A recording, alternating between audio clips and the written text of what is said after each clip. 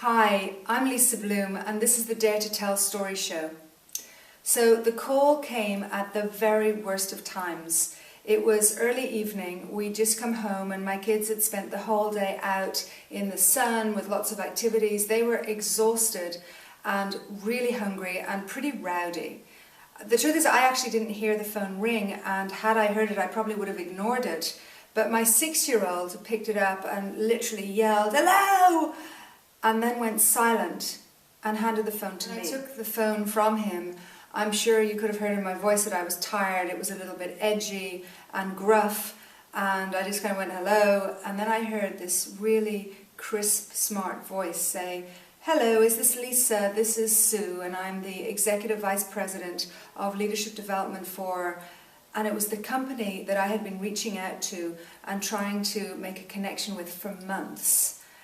And the minute I heard her voice, I was just so excited and confused and terrified, and I didn't know what I was going to do. My heart was pounding. My first thought, if I'm being really honest, was that I was going to say, "Oh no, this is Lisa's minder, she's not here right now." But then I thought, well, if I say that, she's going to recognize my voice when I finally get to meet her. She'll think, gosh, Lisa and her minder have really similar voices. And then I thought to myself, okay, how do I just make my children disappear? I mean, just get rid of them. And I looked at this rowdy, noisy mess and I thought, that's not going to happen. But I simply walked out of the kitchen, I went into my office, I made a gesture towards my kids to be quiet, which of course they ignored. And then I closed the door. Once I was in my office, I could still hear the noise from outside, but I basically just said to her, you know what, I owned up. I said, look, it's a kind of difficult time at this time of day, and I laughed about it, and then I said, you know what, it would be much better if we could speak tomorrow. And we hung up. And my first thought was, oh, I've blown it, I've waited all this time, and I was working so hard to get this contact, but I've just screwed it up, and my kids have blown it. And then I realized, no, this is it. This is who I am. This is the way I work. This is why I actually don't work in corporate anymore.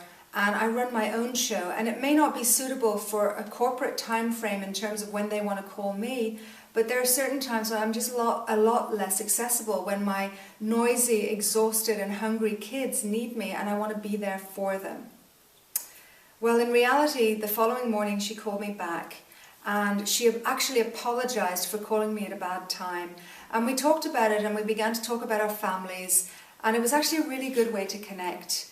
And a few months later, this particular company became a client of mine.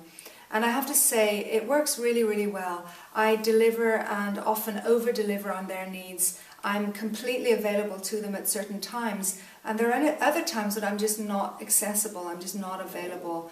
And I love that. And they're very respectful of that.